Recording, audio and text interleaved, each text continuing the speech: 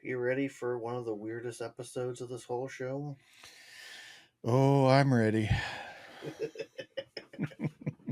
When these dads meet world, watching Boy Meets World. We grew up on the show, now we have kids and host a podcast. We watch each episode and then share our thoughts and grades. When these dads meet world.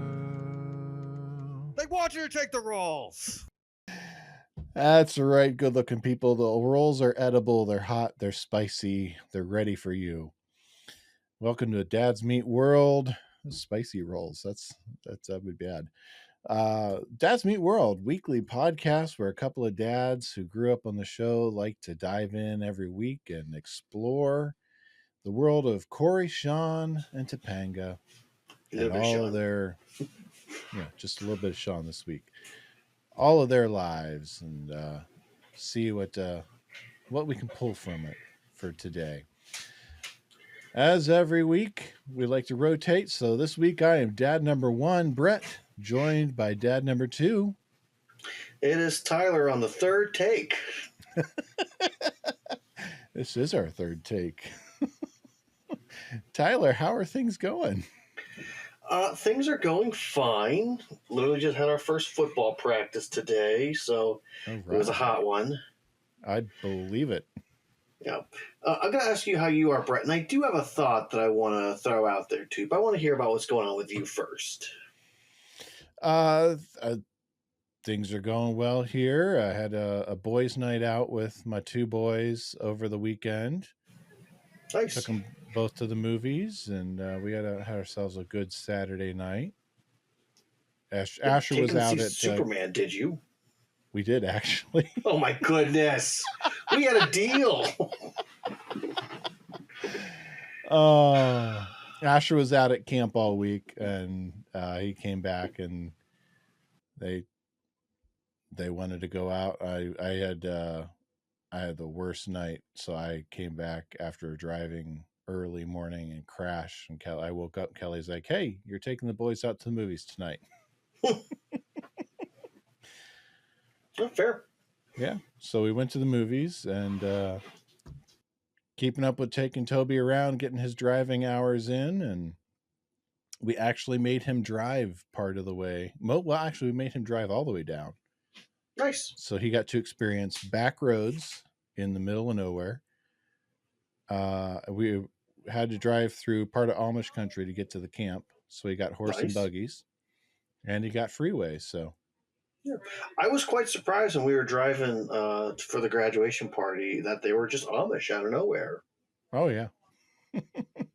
I knew there were Amish in Ohio. I just didn't know where. So. Oh, yeah. We got a couple of big concentrations not far from us, actually. Yeah.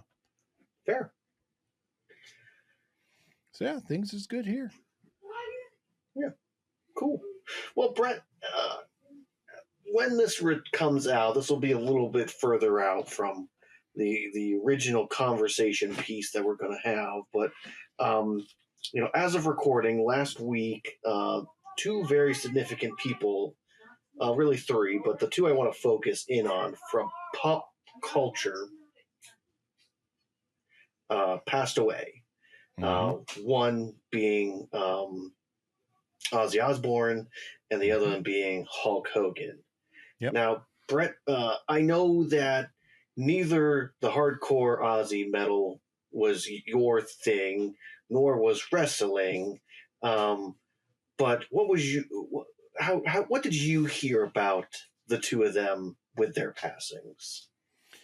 Well, now you do have to know that as much as Ozzy wasn't really my thing, I grew up with Hulk Hogan in his heyday in wrestling, and that was about the only time where I was into wrestling.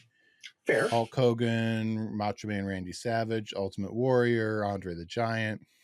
That was about the only era I was into wrestling. So, I mean, Hulk Hogan left an impression on me. Fair.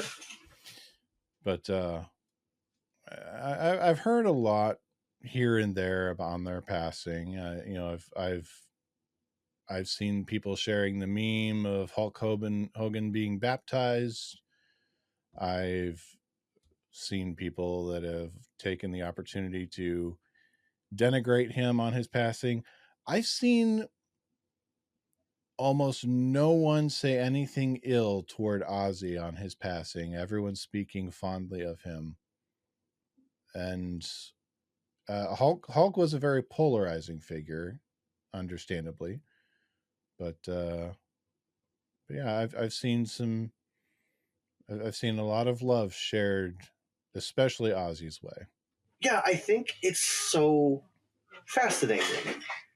Clearly, we don't know their hearts. We don't know what their desires truly were in life. But with the two of them being in such the public eye, especially in the 80s and continuing into the 90s, and two of them, their professional careers are pretty mirrored in a way. Every time you thought that they were kind of go away like previous others in their ilk, they didn't. They found a way to come back around, stick around. No matter what controversies they may have been a part of, they were still out and about. But I think it's so fascinating because the way that Ozzy was talked about, I know when I was a kid, of, oh my gosh, stay away from anything that has to do with him because he is bad, he is evil, he's a personification of that, and, hold your Bibles up and keep him away from you, is what it was pressed upon me, not by my family, but just the fear-mongering Christian attitude at the time. And it was very clear of Hulk Hogan is our hero. Hulk Hogan will always be our hero. Don't pay attention to anything Hulk Hogan says now. Pay attention to what he did. Remember the eat your vitamins and, say your prayers. So that's the Hulk Hogan that we all need to focus in on. And I find it so fascinating because I literally have been flooded with just nothing but positivity about Ozzy Osbourne. And maybe it could be that in his lifetime, he made it clear of, please don't look up to me. Please don't try to be like me. I'm a mess. I am horrible. And people loved him. And he was apparently kind to most people he came across. And apparently the whole Prince of Darkness thing was almost a character he put on.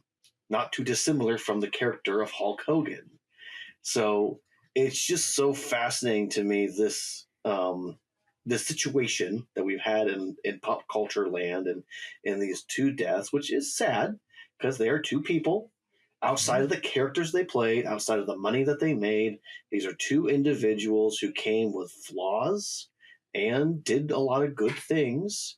It is just so fascinating to me because either I've seen Hulk Hogan be immortalized and just another one of our heroes is gone to the grave, or it's Hulk Hogan was a horrible human being and we should never talk about him ever again.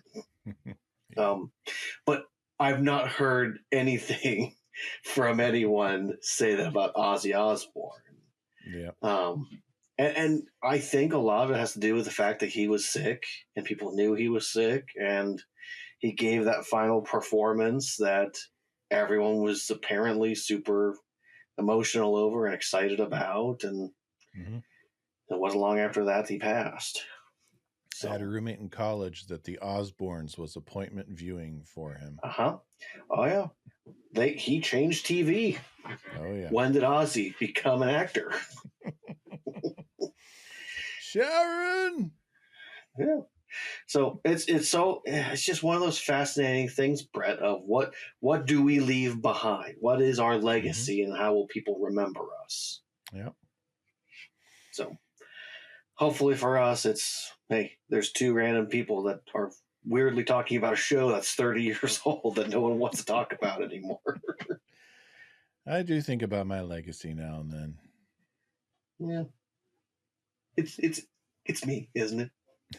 You're part of it. Well, someone always told me that it wasn't about the success of your youth, but your youth. I got no idea where all of them are.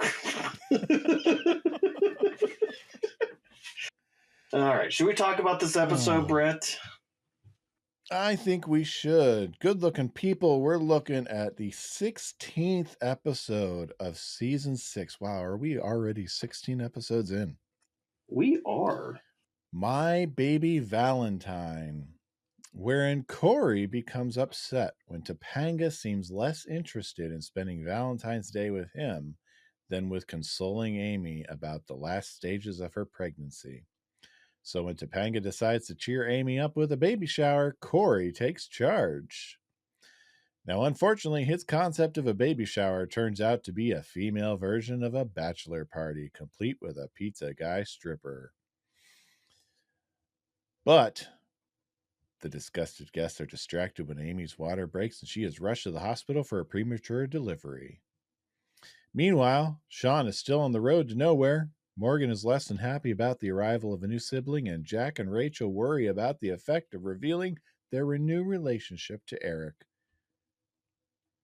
So, this episode was written by Patricia Carr and Lara Runnels, directed by David Kendall, originally aired February 12th, 1999, just 1 week after our last episode. This was their Valentine's Day episode, by the way, good looking people. And currently enjoys a 7.4 IMDb rating. That's 0.1 points lower than our last episode. It's actually dropped from when I did my initial run of ratings at the beginning of the season. It was a 7.5 when I sat down and made the initial list. So it's actually lost points in the last 2 months. It's lost IMDb a rating. is mean like that. It is tied for 18th on the season with Better Than the Average Cory and Be True. Is there like a big amount of hate for Be True? Like I don't understand that, Brett. It's not one that people vocally hate that I'm aware of. I don't get that. I just don't understand. It's not one that I'm used. I normally hear people raise their ire about. But anyway, last week we had 12.34 for our Nielsen numbers. What do you think My Baby Valentine did? I mean, Valentine's got to still be in the 11 somewhere, like 11.3 something. I don't know. Yes, still win the showcase, 11.41. Yay. Yay!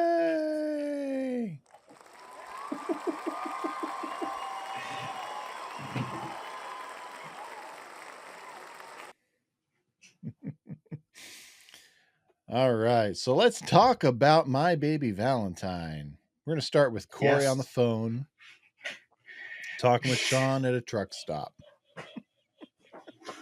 As you do. Yeah, as you do. I mean, just the way they set this up, it plays into the joke about how Cory and Sean should be together. But I do love the men that are waiting for the phone booth, which, by the way, to any young viewer out there, they used to have to wait and individually make phone calls, not just text and call on their cell phones. Yep. Those were the days, man. If this was today, Sean would be FaceTiming with him like at a restaurant or whatever, and he would still be doing the same thing. And there could be at least a guy going, "Hey, man, it's okay to say you love your best friend."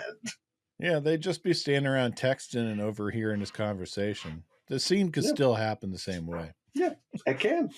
I will say, I was just watching an episode of Modern Family where Jay struggles with his best friend because his best friend's down in the dump, and he's like, they're at Wicked with each other, and it's like, what happened to our friendship? Yeah, so the male understanding of what friendship is continues to be trouble for Hollywood on how to portray it.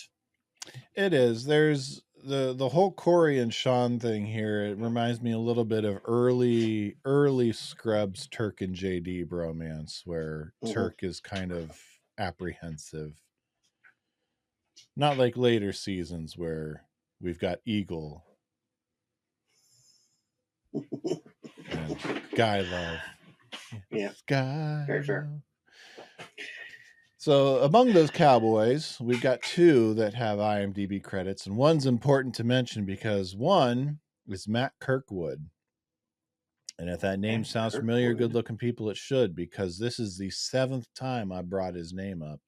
And this is the last time I'll bring his name up. That's right. This is the last of 7 appearances for Matt Kirkwood. He is the first Cowboy that speaks. He's the one that receives the gifts, the Valentine's Day gifts. And Cowboy number 2 is Brian Peck. This is his first of 2 appearances on Boy Meets World. He'll show up again on another episode. Oh, gosh. Yeah. That Ryan Peck. Brian Peck. Oh, yeah. He has 52 acting credits. He shows up in the Return of the Living Dead franchise, Good Burger, Clueless, X-Men and X2, Planet of the Apes, Anger Management, TV series, and more. He hasn't been on camera since 2015, though. Yeah. And there's a whole documentary about him. Yeah. When you said his name, I went, oh my gosh, that's right. He is in at least 2 episodes of the show. Yep, that's him. Because he's friends with Will and Ryder at this time. Yep, that's him. All right, well. So we'll not say any more about him. Yep. I agree. But yeah, so Sean is reluctantly wishes Cory a happy Valentine's Day, and they hang up. And Topanga is not all in on Valentine's Day this year. Yeah. Here's the problem, Brett. I'm going to throw this out there. Topanga needs to communicate to Cory, hey, I am secure in our relationship, and I don't need all the big gestures, and I don't need a romantic weekend. Mm-hmm. I wish you would just say that, because Cory feels like he has to go big and bold and do all the romantic things he used to do, because that's the things that made Topanga love him. And I feel like they needed to talk out weeks and even a month in advance on, hey, how should we handle Valentine's Day? But instead, it's the day before Valentine's Day. Does he feel like he needs to do those things because he used to do them, or does he feel like he needs to make up for last year because he brings up last year? He does. I think it's both, Yeah. I don't know. I love the interactions we get with Alan and him, and I wish Alan could have dug a little bit more. I do wish they gave us a little more with him and Alan. Yeah. But this does set up the running of Cory being like, nothing else matters. You're the only thing that matters. You and I need to focus on us. Yeah, Cory is... The whole time I was watching this episode, every time Cory would speak about the importance of Valentine's Day, especially when he drilled down and talk about nothing else matters about except for you and me, especially when he'd get into me, the only thing I could think of is that guy on TikTok that runs around with the big red flag. The Cory is having red flags this episode for sure. I will not defend Cory's actions and attitude and selfishness. I will say, however, this is a great instance of Cory probably should be diagnosed with ADHD and should be medicated. Oh, he definitely needs something this episode. And that's the thing, but I wish we could have had more time where someone could have said to him, I don't know, maybe a best friend or a brother or a dad or a teacher, hey, I think you're being selfish. Yeah, because Eric is insightful enough to recognize that Cory has no clue how to run a baby shower. Mm-hmm. So he's got an insight into him. Alan has... And now, granted, Alan's head's not in the right place, but Alan has the opportunity there to really speak into his life. Sean is unfortunately off on his own deal. Yes. Topanga's not talking to him about, hey, we don't need to do this. Right. You don't need to do this for me. You're good. We're back to Cory and Topanga aren't communicating with each other. Mm-hmm. Because apparently we can't have them communicating with each other. Yeah. I do like that Cory tries to say, "Will you kiss that soap opera guy?" Yeah. Nice little meta moment there. You mean the artist? Whatever. Yeah.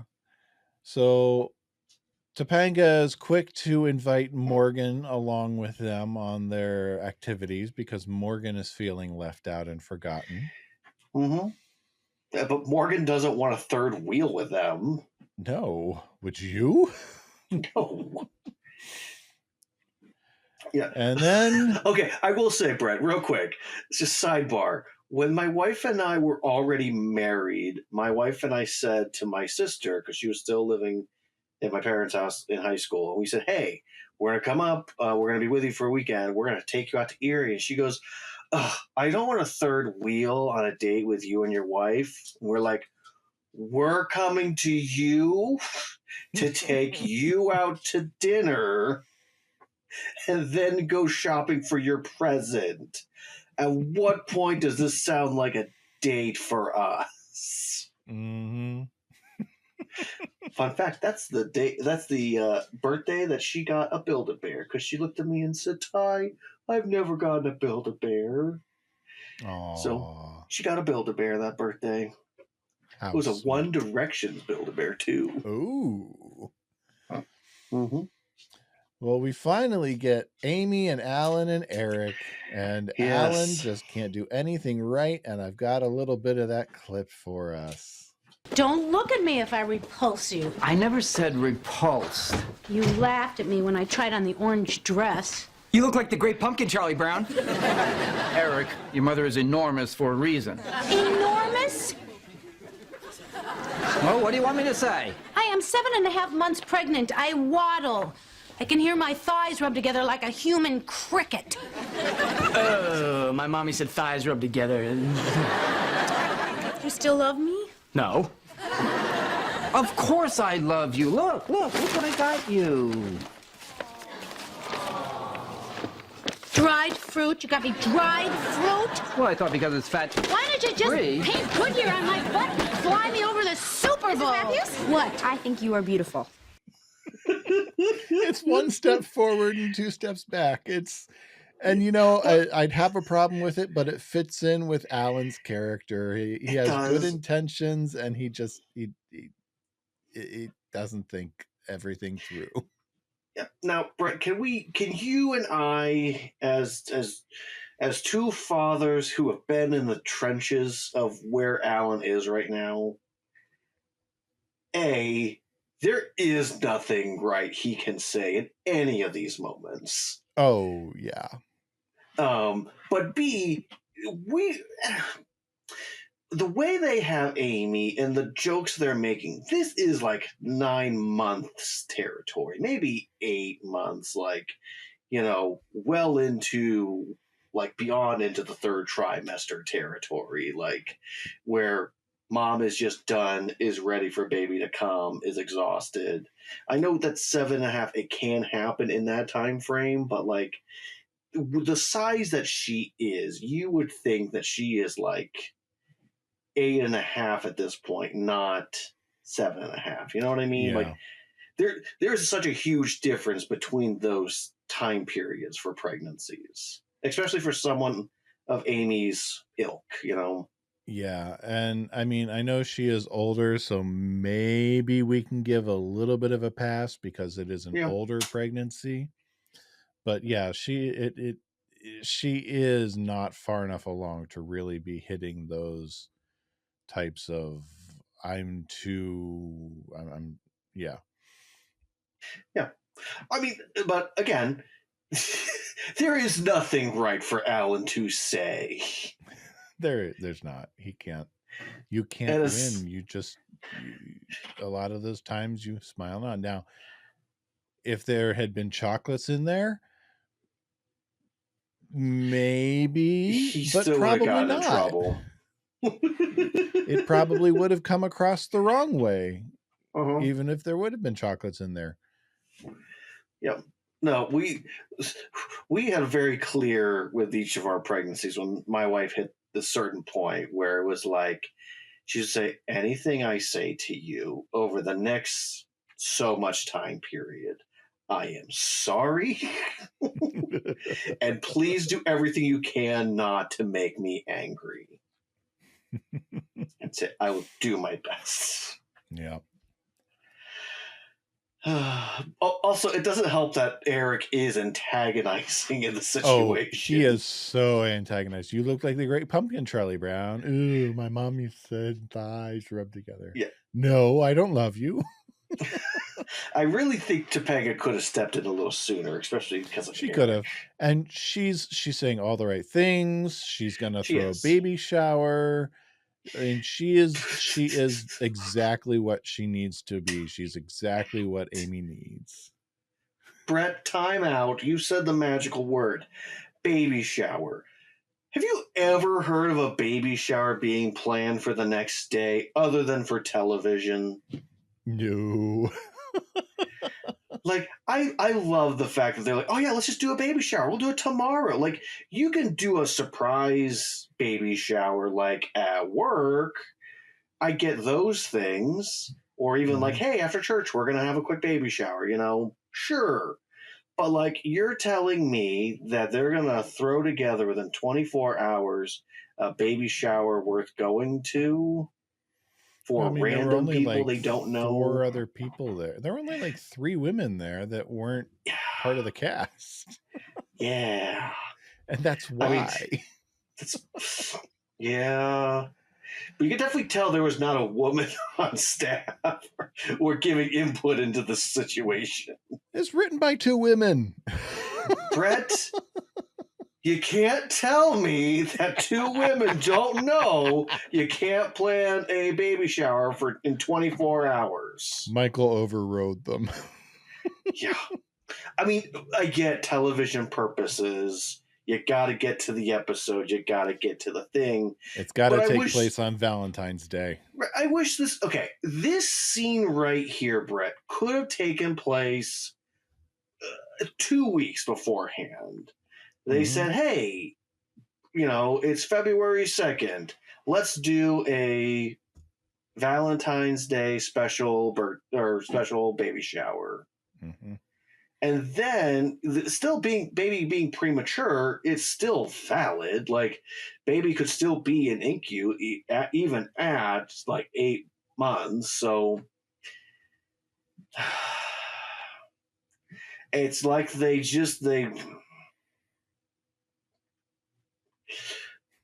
this bothers me, Brett. It bothers me a lot. Yeah. Well, let's keep going. None more than the next thing that happens, Brett, because Cory has a brilliant idea. Cory wants to ensure that nothing is going to get in the way of his plans for Valentine's night with Topanga. So Cory's going to run the baby shower, even though Cory has no clue what a baby shower actually is. Yeah, it's dumb. Yeah, it's dumb. Because why? Other than they want to have an episode where Cory and Topanga can't agree upon anything. Yeah, they want dramatic tension between Cory and Topanga. They want to get to the hospital scene, Brett, where Topanga reveals herself to be who she always was, and for Cory to say things he needs to say. It's fine, but for this story purpose of him ticking off his mother, his girlfriend, it's dumb. And every woman in the tri-state area. Yes. Yeah, well, let's my put misogyny ray. Editor. Let's put a pin in that one and just peek in on Jack and Rachel, who are talking about, actually they're making out on the couch. Yeah, they don't talk to each other. They just make out, Brett. But they don't live together. Yeah, but they talk about being strictly platonic friends. Yeah. Who make out Yeah. all the time now, apparently. Yeah. But Jack's going to tell Eric. So that's what we're going to do. Okay. That's pretty much all that we've got with that subplot right now. Yeah. And then we go back Brett, to the baby I know we make the show makes a bunch of jokes right now about how Cory is a virgin, and I don't want to promote premarital sex or anything like that. Hashtag Nick Cut. But are you telling me that Jack, who we have potential evidence that he has slept with someone, and he and Rachel are just making out, and that's enough for the two of them at this point? When they live in the same place? It raises some eyebrows when you think about it. It does. Again, that we're still kind of teetering in the family-friendly show, but when you make virgin jokes, it kind of makes it hard to not find that comparison. Yeah. And I don't think we ever really addressed that part of their relationship throughout the time that they date. No, not until they break up. Yeah. Not until the war. Yeah. Well, anyway, let's check in on Cory's idea of a a baby shower. Yeah. Guess the weight of the pregnant lady? I can't even. Brett, why would he think that's a game? Why would his girlfriend not go through, what's your itinerary? Tell me what you're planning. Just, I don't understand. Yeah, I mean, Topanga wants... Alan has already told him, I need your mom to have a good time. Yeah. Topanga wants Amy to enjoy herself. Why has no one sat him down and said, what are you planning? Right. But he has prizes, and they're lady prizes. He went to the bra store. Yeah, what are you planning? Why are you doing this? Why can't you just leave things be? Yeah. Uh-oh, there's a knock at the door. Who could that be? It's Brendan Wentworth as Pizza Guy. The only time we'll see him on Boy Meets World, and one of his only 13 acting credits in all of Hollywood. He shows up in other productions such as Dharma and Greg, Chicago Hope, Jag, Cypher, and a few more. Who would order a stripper for their mother? Brett, I mean, hey, your mother is pregnant with your little brother. Why wouldn't you order a stripper for him? I see what's his name running across my screen with the big red flag. Yeah. And I do like his videos. Oh, yes, I do too. And, I Cory gyrating the whole time. Amy is trying to hide Morgan's eyes, but Morgan is peeking. Mm-hmm. Topanga's face is just utterly shocked. And it's just, it all falls apart, as it should. It feels like Cory believes the sooner the party is over, the sooner he and Topanga can now go be romantic. So you think he may have intentionally sabotaged the party? How can he not be, Brett? This can't be what he thought was a good thing. Like, Cory is intelligent. I don't know why they're dumbing him down, but I can see them stating that Cory is trying to be selfish, thinking that if he does this, then once it's done, he can move on to his thing. Again, I'm not promoting premarital sex, Brett, but if someone wants to stop complaining about being a virgin, let his fiance plan this. There's a chance, Brett, he could have gotten something a little bit more than kissing on Valentine's Day. There's a chance. Not anymore. Yeah, not anymore for sure. War! What is it good for? Absolutely nothing. So after everyone is kicked out and left because of their Yeah. Cory left because he was kicked out. Yeah, Cory is told to take a hike, screw up. So he's told sometimes plans change by Topanga, very clearly announcing that things are not going to happen. Yeah. No plans that evening are going to happen. Yeah. They're going to go over to the poker game. But can you blame her, Brett? Like, no. I think Topanga's aware enough of you acted like a jerk. You listened to nobody. You forced yourself in the situation, and I don't want to be around you. Exactly. You don't want to be around him. I don't blame her for 1 minute. Yeah, there's a reason we don't need our wives for this episode. We know where Cory is screwed up. Yeah, we know exactly where he screwed up. So we're gonna go over to the poker game that Eric had set up to take place during the party.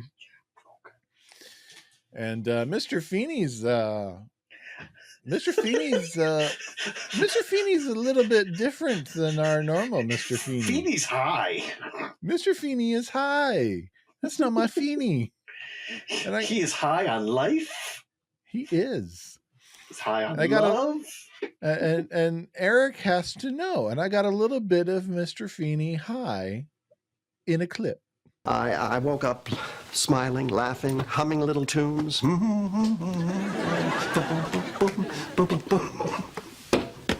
It's very disconcerting. Okay, dude, fix him. He doesn't need to be fixed. But that is not my Feeny. Can't you see the man's in love? How do you see that? All right. Listen, when two people are in love... Hey, Feeny, you got that love thing? No, you think that's it? No, that emotion I haven't been familiar with for so long that I couldn't possibly...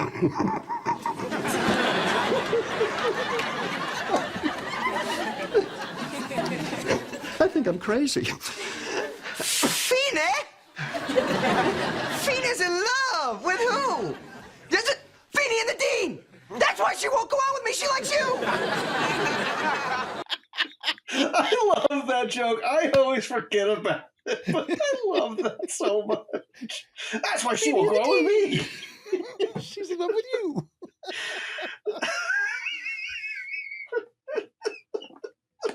Oh, yes. Feeny, you got that love thing. The love thing. But Feeny is Twitter page. Is there anything more lovely than Philadelphia in February? He looks spiffy. Yes. I do like that Feeny does ride with Alan. Mm-hmm. And so he's just in the passenger seat and they're just talking to each other in a box. And he's like, "You look so spiffy today." Yes. It's just Alan in his flannel and jacket. Yeah. But, Feeny's seeing the world through a whole new lens, Brett. He is. He woke up and the world was just... Birds were singing. Flowers were blooming. Well, I mean, the flowers were blooming in his garden inside. In his home. Feeny is in love. Brett, do you remember when you started having those feelings for Kelly? Oh, yeah. Acting stupid? Oh, yeah. Walking home from her apartment, well, her dorm, and forgetting that I drove over there that night. Yeah, I remember. Dude, where's my car? Oh, I knew where it was. I just forgot where it was until I got home. I get back to my house. I'm like, oh, man. No, well, I'll get it tomorrow.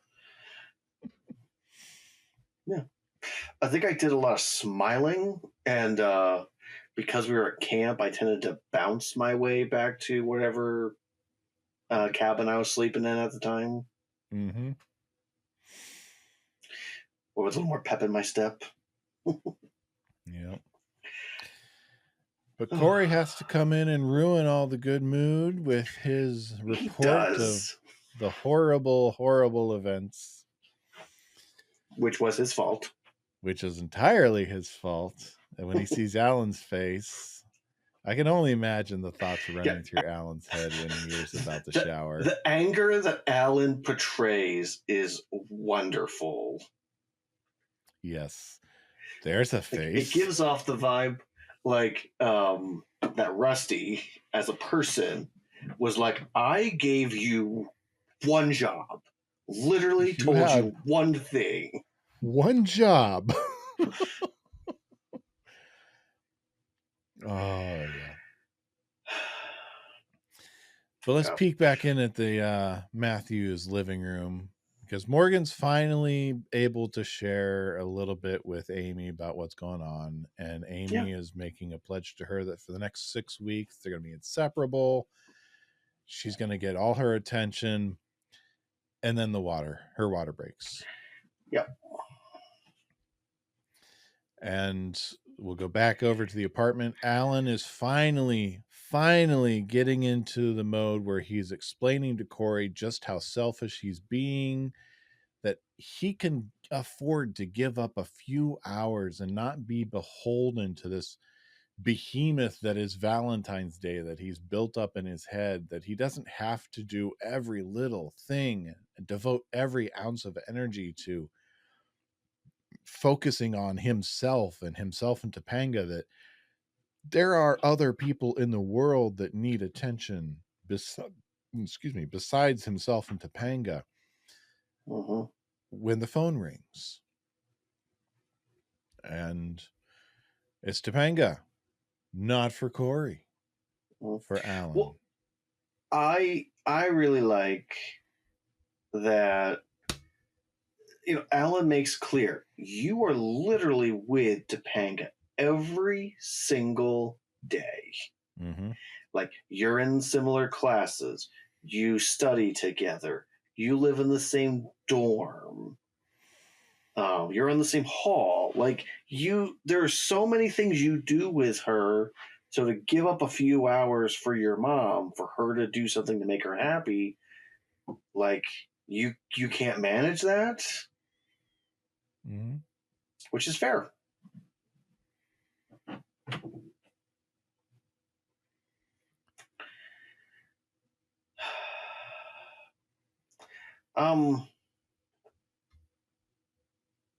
Yeah. But it's baby time.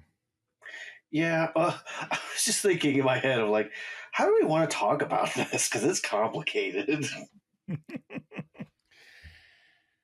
Yeah. Well, let's talk about it this way. Okay. We'll put them in the hospital. We'll focus on let's get the Jack, Eric, and Rachel stuff out of the way. Sounds good. All right. So Eric is intuitive. He's figured stuff out already. Jack and Rachel are being weenies and figuring out who's going to actually tell him. And Eric is using the babies and standing at the window with the babies as a way to kind of speak almost third person and tell his friends that, hey, I know what's been going on. These are my best friends. I think they're in love. And then he informs them, hey, I'm going to move out. Yeah. Because, I mean, he doesn't want to be a third wheel living with two roommates who are very clearly amorous, shall we say. Well, it's one thing, Brett, if they would have communicated, all three sat down and said, hey, this is what's going on. We're starting to feel some things. We don't want things to be awkward for you. So what can we do to make you feel more comfortable? Yeah. Instead, they said, we're just two friends who went too far. Yeah. They jack it up is what I'm going to say. Yeah. They jacked it up. That's a good way of putting it. Yeah. She said, I'd like some soup. And so I went bowling. That's the mentality they're bringing in this situation. Yeah.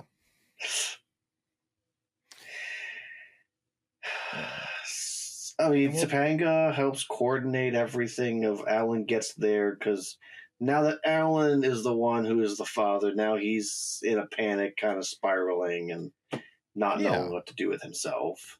Yeah, Topanga is great. She's got everything figured out. She knows who needs to go where. She's got him squared away. Yeah, I mean, she got Amy there, got her all squared away. Topanga is on the ball. Yeah. Cory comes in and just starts sighing, transparently trying to get her to pay attention to him. I love her line. Cory, you transparent moron, I'll give you something to sigh about. Mm-hmm. I mean, they got to throw in and have some laughs during the midst of this intensity. I do understand that. Yes. But you do wish, Brett, that they could just take a moment right now and be like, can we talk about what happened? Yeah. Not around our friends. Like, can we walk away, go somewhere else and talk about this? Like, it would be the mature thing to do. It would be. And I will say, I'll give credit to Cory in this way. I don't think he does it this episode, but next episode, he does try to say to her, can we just go take a minute away from everything? Can you and I take a break from this? And Topanga's like, no, you must sit in this. And he's like, I'm asking you for a break. Mm-hmm. And to not focus on, is my brother going to live or die? Mm-hmm. So that is part of the complexity of all this. And we can't have them resolve their disagreement, I guess is the best way to put it. Yeah. Because essentially this is a two-parter episode, and I wish they would have just called it a two-parter. Yeah. So they're not going to resolve their stuff. Eric and Jack and Rachel are not really going to resolve their stuff. No. Let's focus in on Alan and Amy and their stuff. We've got Dr. Taylor, played by McNally Segal. This is actually her second of 3 appearances on Boy Meets World. She'll play Dr. Taylor in the next episode. She was also the news reporter in Danger Boy at the roller coaster. Yes. And the nurse, played by Gwen McGee, only time we'll see her in Boy Meets World, 77 acting credits. She was in The Cosby Show, Babylon 5, Seinfeld, Martin, Sister, Charmed, NYPD Blue, Monk, ER, My Name is Earl, Community, and many more. Community? Yeah. I like to throw that in whenever I find someone's in that one. So, yeah, we've Troy got and Abed in the morning. Sorry, go ahead. Yes. So we've got a baby who's going to be coming via C-section. We've got a fun little moment where Alan looks over the curtain, even though he's not supposed to. Mm-hmm. So, okay, I guess I will. Let's talk here, Brett, because I've been in Alan's shoes literally before twice. Mm-hmm. One time we were told, hey, big baby head, big baby shoulders, not going to fit. We're going to just prepare C-section. And the other time, we chose to do that. So it was planned ahead of time of when we were going to have them. So I know that people come into the hospital and they'll say, you're going straight, this is an emergency, you're having a C-section today. But that's not, it's just, the timing feels so wrong. And I'm not clearly a OB nurse, OBGYN at all, but it felt weird to me now as a dad who was on that side of everything. Like, to go from water broke on the way to the hospital, they are prepping for a C-section right away, unless they took sonogram and saw, ooh, baby is not in the right position. C-section is what we're going to do because water broke. We have a time limit, yada yada. And I know they want to fast track because they want to get to the storyline they want to get to. That might be the biggest problem with this episode. This is all set up for the next episode. Yeah. So just some of the things that the doctor communicates to Alan and to Amy is not from my experience. First of all, baby normally does not come out crying when removed from C-section. You might have some gurgling because they're literally going from amniotic fluid completely in them to it's still in there as they're coming out. So they try not to show mom and dad everything that's happening. And there's a much bigger curtain. Like, literally, as I was in there, like, the curtain is like here. Because they're like, we don't want you to see anything. We don't want you to know what's going on. Focus in on mom. You comfort her. We'll tell you when baby is out. And it's nerve-wracking waiting for baby to come out. It's not fast like in this episode it shows. I mean, kudos to the show for having a C-section because they don't normally show that in television at this time.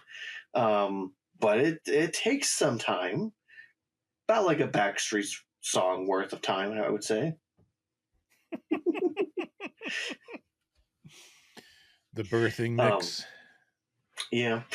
Well, they had like put on some music because the anesthesiologist kind of oversees, all the stuff for the spinal, and then also, we'll play music to help comfort mom because if dad or someone else isn't there to support, they're there to kind of help through that period as well. And so the doctor lady who was our person, we were just talking through stuff, and she was trying to throw out some stuff to Sarah, and she says, I don't know. And she's drugged at this point, so she's not fully like able to think through everything. And I go, she loves Backstreet Boys. And Sarah goes, I do love Backstreet Boys. So May came into this world listening to Backstreet Boys. Anywho, baby's not really crying at the beginning. You kind of have to wait a little bit, and then baby does start crying, a little gargly at first, and then will cry. They don't go and bathe right away. They kind of allow some of that stuff to kind of stay on them because it kind of helps the process of baby was inside mommy, baby is no longer inside mommy, and now baby needs to be warmed, and baby needs to have temperature taken, all the things checked. They're not trying to pass baby right away. No. It took time for both Henry and May before I was allowed to hold them. I was allowed to, like, once some of the nurses and doctors backed away, things had finally calmed down, then I was able to give my finger and they were able to hold on to my, pinky and whatnot. So, but it's not this quick, everything happens super fast situation. Yeah. So, and that was a really big preemie that they pulled out of Amy. The huge preemie. My babies weren't even that big. Yeah, well, no, Henry's pretty big for 7.5 months. Yeah. Well, I mean, so our second baby, I think I've mentioned before, he did not make it. He passed away inside my wife, and so when he came out, he had the length and he had size to him, but he did not have that time to develop the more baby weight to him. So he was as long, if not maybe an inch taller than Grayson was. So,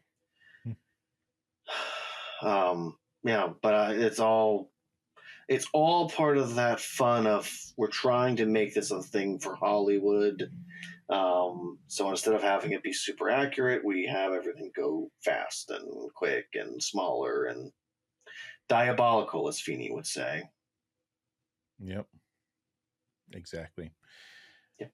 But the baby comes out, and Alan gets to see him briefly before they have to take him and put him on a respirator in the NICU. Because it's a preemie. 7.5 months. That baby's not going home right away. There's no way. And honestly, their medical provider should have said to them, listen, just so you're aware, that baby is going to the NICU right away because it's going to be premature. We're doing this as a precaution. We're going right away. So you can follow us and be with us, but you have to be aware this is what's happening. Everyone coming into that hospital should have realized at 7.5 months, this baby is coming way too early. It's going to be in the NICU. Yeah. Yeah. Exactly. Yeah. But baby's going to be on the respirator, and Amy made it to a recovery room without being informed, or they glossed over that she was too drugged up for it to click with her. Yeah, that's also a thing that bothered me is like Amy is fine. Amy looks like she is waiting for baby to be delivered. She's so fine. Like, or baby has already been delivered a day ago. Fine. Like, she is just chilling in a hospital bed, not just deciding. My body was just ripped open. I just got sewn up. I can't go to the potty by myself. Joshua or Daniel? That's the biggest decision going on, you know, the biggest thing. Yeah. No, at no point, because for last two babies, I would bounce back and forth because babies would go, not to the NICU, but they would go to a nursery room that did have a NICU setup and also had the heat lamp system as well. So the two of them had different experiences. May was in the more of the NICU, but I think that became their policy for that. Anywho, more important, when I would go and check in with my wife, she would say to me, first off, how's my baby? At no point would she go, I can't decide on a name. I'm looking through this baby book. Yeah. Yeah.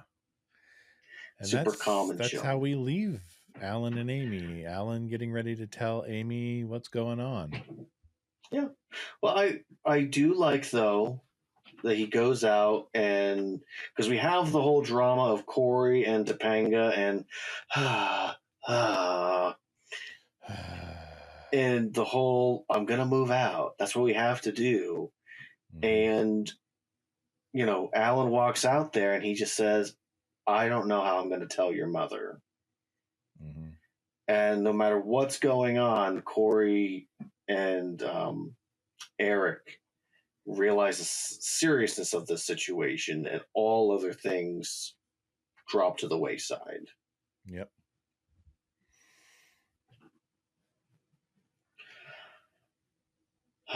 But yeah, this episode ends very sad. It does. And then we get somewhat upbeat music for the tag. And they don't even play their softer, sadder music for the tag. I think they don't want people to be too sad. They just played a too sad of a tag a couple episodes ago. Yeah. And that is our episode. It is. So, Tyler, do you have any deep dives for us? I do.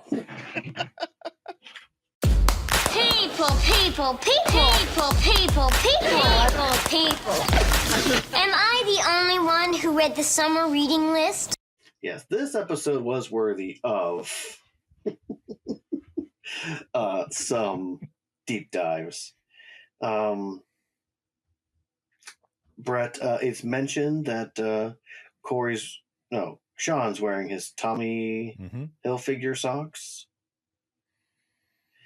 So Tommy Hilfiger, fashion designer, born 1951, spent his career creating upstate New York, apparently, his own clothing line, especially for men, and having a luxury line in 1992.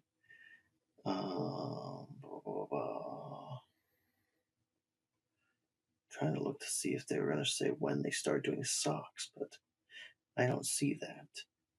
But I do know in the 90s, like Tommy Hilfiger was like a big deal. Like if you had those socks or any of their clothing, like it was. Oh yeah, you were special. Let's see. Hey, here's a big important thing, Brett. How to prepare a child, especially a toddler, for when a baby's coming. Something Amy could have done, and also Alan, was doing a little one-on-one time with them. Seems like Amy and even Alan probably just weren't doing anything with Morgan whatsoever. Another thing you can do is help get them more acquainted with the baby. Letting them press their hand on your belly and putting their head of your baby on the belly and just giving them time, letting them talk to them.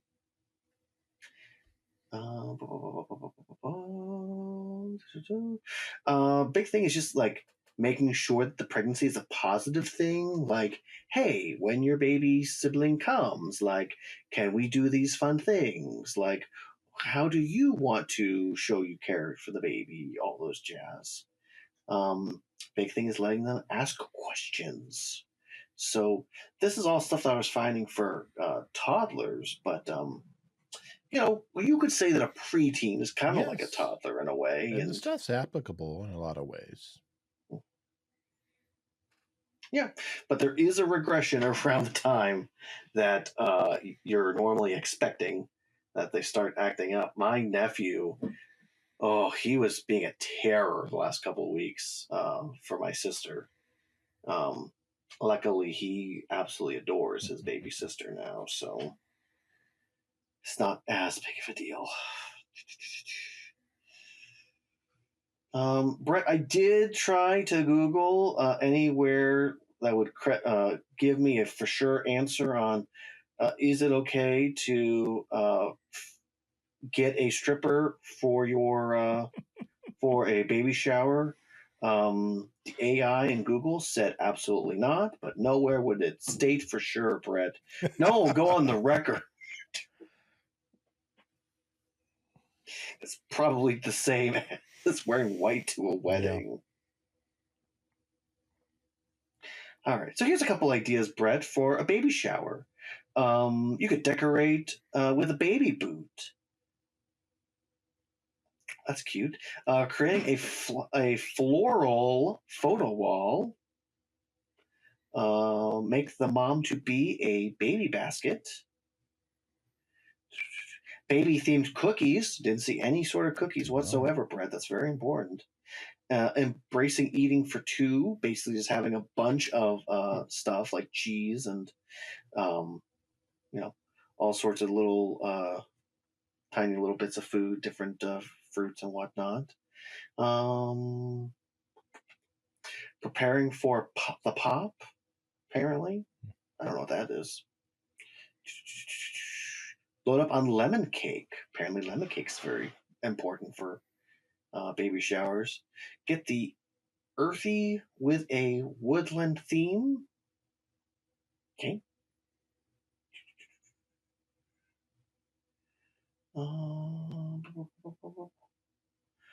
Ooh, how about a garden theme, Brett? That's always a potential. A onesie decorating station.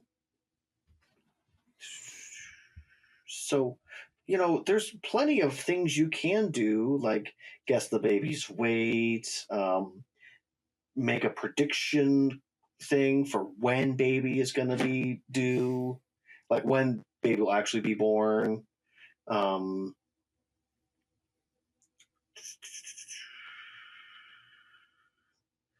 So yeah, there's writing little messages on different things that you can do. There's many items that can be there, but guessing the pregnant lady's weight is not one of them, and definitely not stripper. Yeah, not a stripper. Brett's definition of the word spiffy. The simplest answer is fine looking. So yeah. So I thought there was really more to it, but no, it's just fine looking. Yeah. You can use the word spiffier, spiffiest, spiffily, spiffiness. That one sounds a little weird. So, it does sound weird. Apparently, its origins and first use was in 1853. So, must be from England. England doesn't have a navy.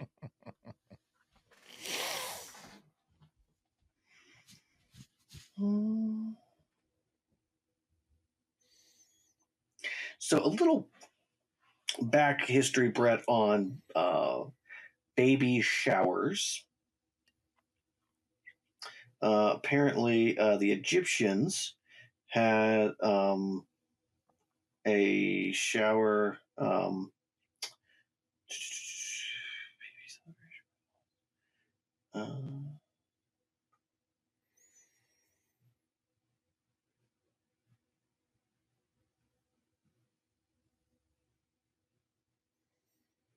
Okay, apparently ancient Egyptians celebrated something after a baby was born. Ancient India, from the 6th month or 8th month, would be honoring with a ceremonial celebration. Would be showered with sweets and dried fruit. Hey, that's a thing. Ancient Greeks also had a unique celebration called the Ology, which was used to announce a birth of a baby. Apparently, it's pretty noisy with people shouting signals with new life had entered the world. So, apparently, a good amount of some of this is after baby is born, kind of celebration of that. But of course, we Americans, had to put our hand in all of this. And so after World War II, when we started having a boom of babies, is when showers started becoming a thing.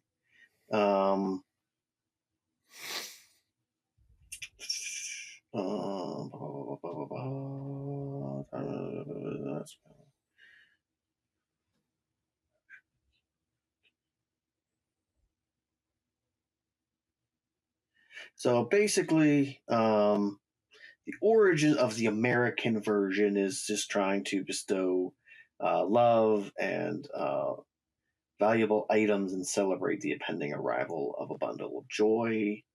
And modern day, of course, it's all about Instagram and making sure everyone feels bad about their baby shower. So, and nowhere is there anything about strippers, Brett. Yeah. And we've already talked about St. Valentine, so we don't need to do that one again. And I've talked in length already about our experience of being the watcher in Alan's shoes. So I think I've hit everything I need to hit, and I figured it would be better not to go into all about birth. I think so. Yeah. So those are the deep dives, Brett. You know anything about the Odyssey? Huh? Did I say you could talk? I didn't teach you that. My friend Mr. Matthews will lead the discussion. Do I have to draw you a picture? Yes, you do have to draw me a picture sometimes. It's time to talk about what we learned. Yes. I am going to go with the lesson of allow others to help you. Just make sure to allow the right ones to help. It was a good idea for Alan to allow others to help him with Amy. It was not a good idea to allow Cory to help him with Amy. Alan should have said, no, Cory, you're coming with me. You're staying with me. Yeah. Tyler, what did you learn? I think I was just reminded mostly this week, Brett, that if you want to have the spiffy and lovey-doveyness that Feeny is feeling right now, As you are in your relationship longer, it requires more effort. My wife and I had made a joke just the other day about, gosh, it's been forever since we went on a date.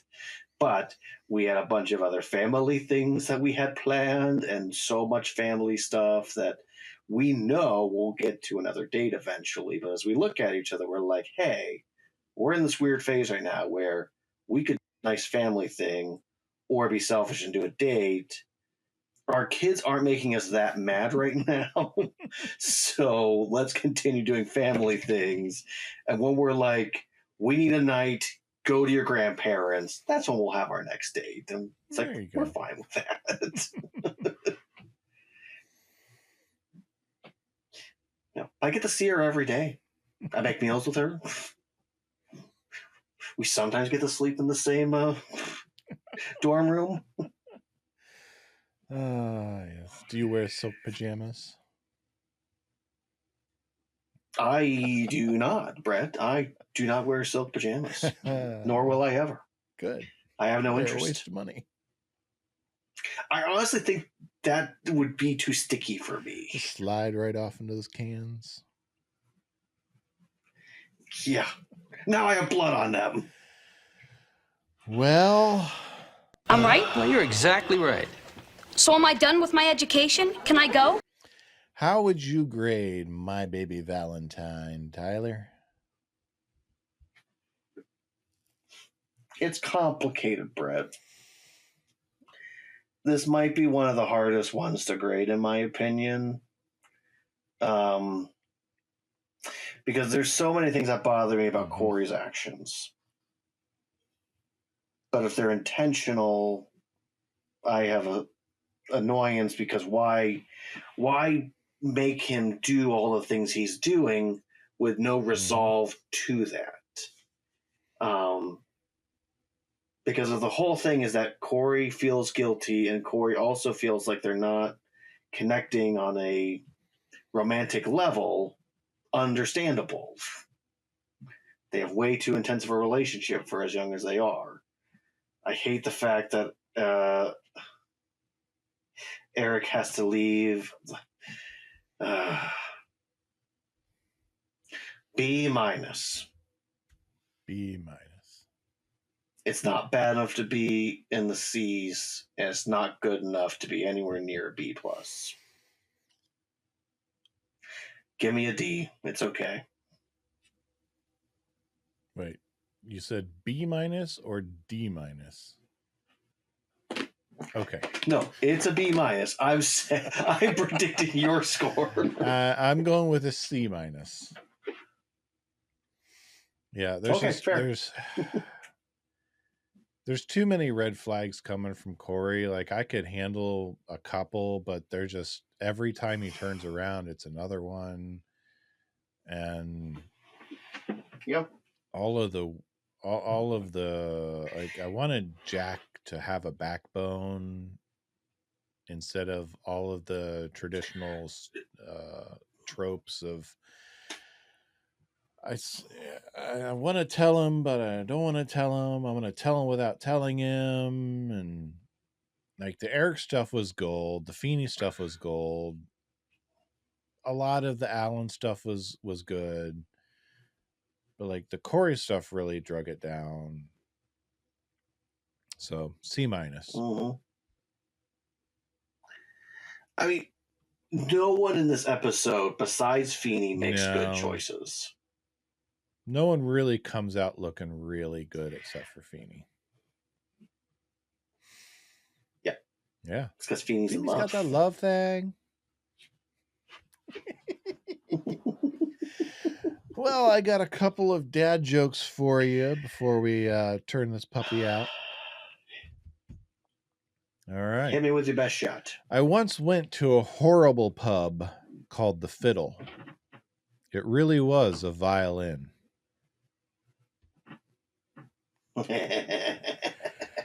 Yes.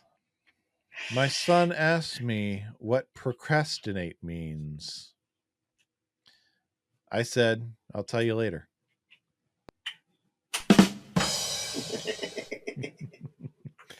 Very nice. And with that, good-looking people,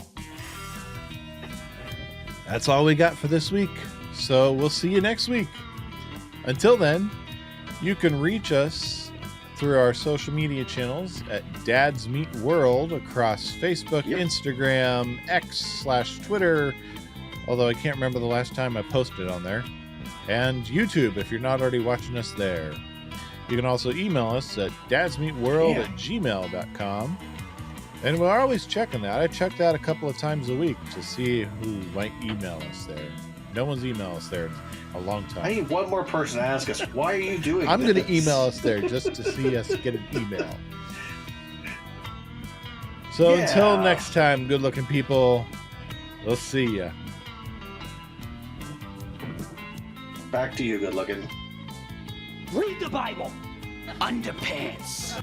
Ow, that hot. Oh, I am never gonna pee again. You know, how can I learn so much every week and still be so stupid? You lied to Topanga. This is good TV. Dads Meet World is a production of Headfirst Studios. Headfirst Studios. Tell your story. What?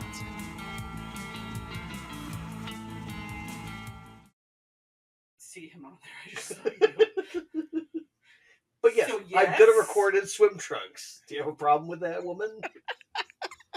I mean, I thought maybe you would have a problem with it because it doesn't seem to me like you're comfortable. I'm actually very comfortable right now. Oh, you have fun. Be gone.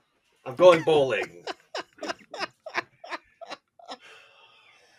I haven't been doing bloopers much lately, but that's certainly going to be a blooper, I think.